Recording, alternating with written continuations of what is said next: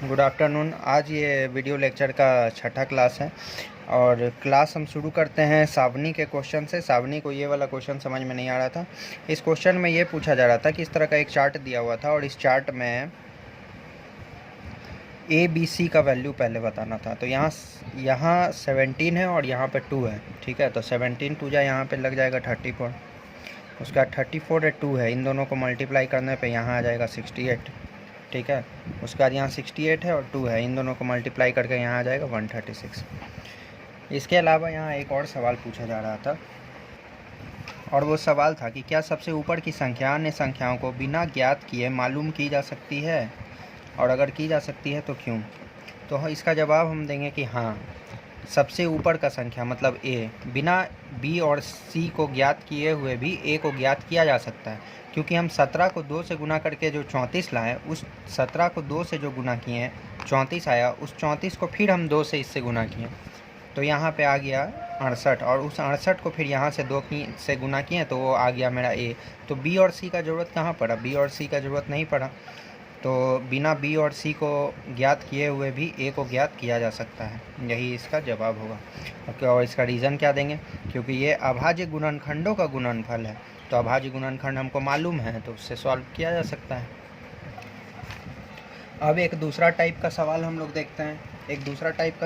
देखते हैं, जिसमें क्वेश्चन ये रहेगा कि जांच करें कि क्या किसी प्राकृत संख्या n के लिए 15 का पावर n के अंत में शून्य आ सकता है। 15 का पावर n हो गया, या 4 का पावर n हो गया, या 6 का पावर n हो गया, तो इसके अंत में शून्य आ सकता है कि नहीं आ सकता है। तो इस तरह के सवाल को हम लोग स्टेटमेंट के द्वारा लिख करके सॉल्व करते हैं। ठीक है, तो कैसे करते हैं वो हम लोग देखते हैं।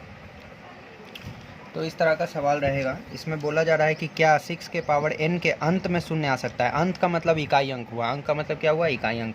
तो 6 का पावर n, अगर जहाँ n कोई प्राकृतिक संख्या है, नेचुरल नंबर है, तो अगर ऐसा कोई भी संख्या हम लोग लेते हैं तो क्या 6 के पावर n मतलब इकाई के अंक में 0 आ सकता है या नहीं आ सकता है। इसी बात का हम लोग को जाँच करना है। तो n यहाँ पर क्या है, n है यहाँ पर क्या, प्राकृतिक संख्या। n कैसा संख्या है, प्राकृतिक संख्या। प्राकृतिक संख्या का मतलब क्या होता है, कहाँ से शुरू होता है, 0 से नहीं, प्राकृतिक संख्या शुरू होता है 1 से।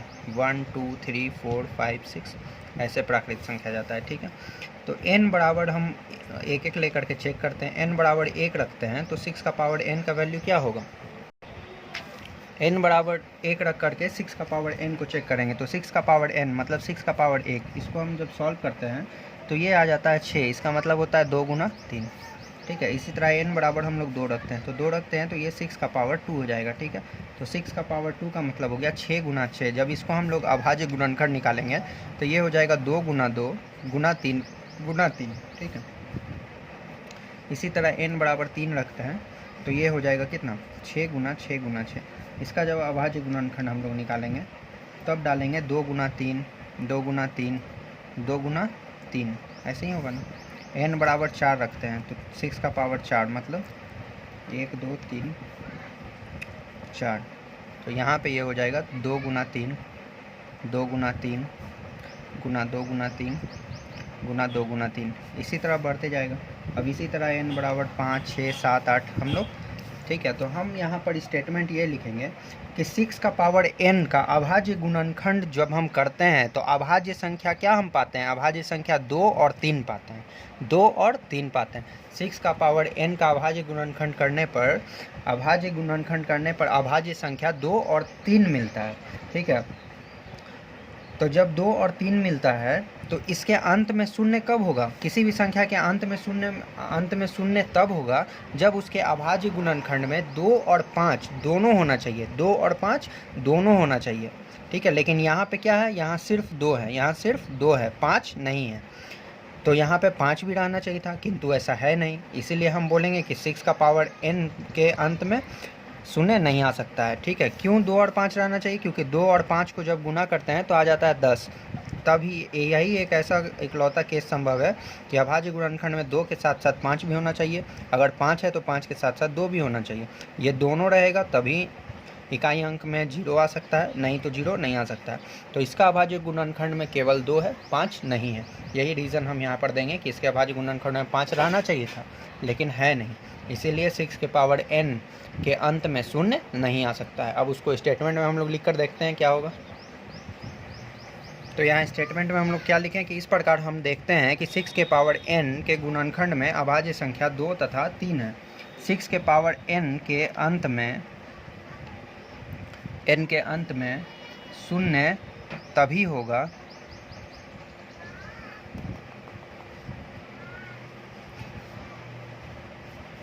जब 2 के अलावा 5 भी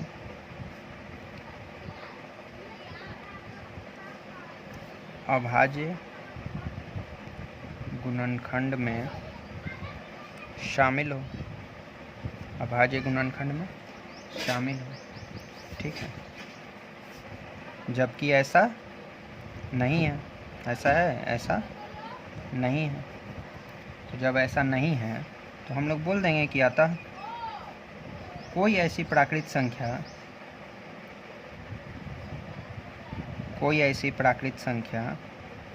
n नहीं होगी ताकि 6 के पावर n के अंत में, मतलब इकाई अंक में शून्य हो जाए। ऐसा कोई भी नहीं होगा, है ना। अब इसी तरह अगर आपसे सवाल पूछा जाएगा कि जांच करें 15 का पावर n के लिए पूछा जाएगा कि 15 का पावर n के अंत में शून्य आ सकता है कि नहीं, जहाँ n एक प्राकृत संख्या है। तो हम लोग n बराबर 1 रखेंगे, 15 आएगा। 15 का गुणनखंड, अभाज्य गुणनखंड निकालेंगे, 3 गुना 5 आएगा। n बराबर 2 रखेंगे, 15 गुना 15 आ जाएगा। तो ये हो जाएगा 3 गुना 5, फिर से 3 गुना 5, है ना। तो अब हम ऐसे ही चेक करेंगे तो हम बोलेंगे क्या कि यहाँ पे 5 है, किंतु 5 के अलावा 2 भी अभाज्य गुणनखंड में शामिल होना चाहिए, किंतु ऐसा नहीं है ना। क्योंकि 5 के अलावा 2 रहेगा तब ना 5 दूनी 10 बन के एक 0 आएगा, तो इकाई अंक में शून्य आएगा। तो ऐसा है नहीं, तो इसीलिए प्राकृत संख्या कोई भी ऐसा नहीं होगा जिसके 6n के अंत में शून्य आ सके। ठीक है,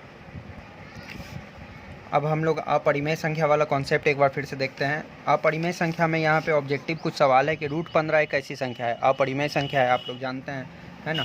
-√2/√3 एक ऐसी संख्या है, तो अपरिमेय संख्या है। क्योंकि हम बताए थे कि अपरिमेय संख्या और अपरिमेय संख्या का जो भाग करते हैं तो वो भी एक अपरिमेय संख्या ही होता है। इसमें अगर हम रूट में डालना चाहें तो इसको हम रूट में 2/3 भी लिख सकते हैं। ठीक है, क्वेश्चन है 4 + √11 परिमेय है या अपरिमेय। तो ये अपरिमेय है, क्योंकि परिमेय संख्या और अपरिमेय संख्या का सम, परिमेय संख्या और अपरिमेय संख्या का जोड़ क्या होता है, अपरिमेय होता है। इसी तरह 1/√5 ये कैसी संख्या है, तो ये भी एक अपरिमेय संख्या है, क्योंकि ऊपर में है परिमेय संख्या और नीचे में है अपरिमेय संख्या। तो परिमेय और अपरिमेय का भाग भी अपरिमेय होता है ना। अब ये क्वेश्चन है, ये वाला क्वेश्चन बताइए क्या है, परिमेय या अपरिमेय। तो यहाँ पे हम लोग जब √8 को सॉल्व करेंगे तो ये हो जाएगा 2 गुना 2 गुना 2 और नीचे में है /√2, ये हो जाएगा 5 और ये 2 में से एक 2 निकल जाएगा और यहाँ पे √2 बच जाएगा और नीचे में √2। तो ये √2 कट जाएगा, तो यहाँ पे ये आ जाएगा 10। तो यहाँ पे इसको हम क्या बोलेंगे, इसको बोलेंगे परिमेय संख्या। इसको क्या बोलेंगे, परिमेय संख्या। ठीक, अब हम लोग दशमलव के बारे में पढ़ते हैं। ठीक है, पूरा वास्तविक संख्या का अब मात्र 3 टॉपिक बचा है। पहला टॉपिक बचा है सिद्ध करने के लिए, अपरिमेय संख्या सिद्ध करें, ये एक बचा है। दूसरा बचा है a = BQ + R के रूप का होता है, उसको दिखाने के लिए, जो 1a में था, शायद 1a में था, है ना। तो वो एक बचा है और एक दशमलव बचा है। 3 टॉपिक और बचा है पूरा वास्तविक संख्या में। तो हम लोग अभी दशमलव ख़त्म करने वाले हैं और बाकी जो 2 टॉपिक है वो नेक्स्ट क्लास में होगा। ठीक है।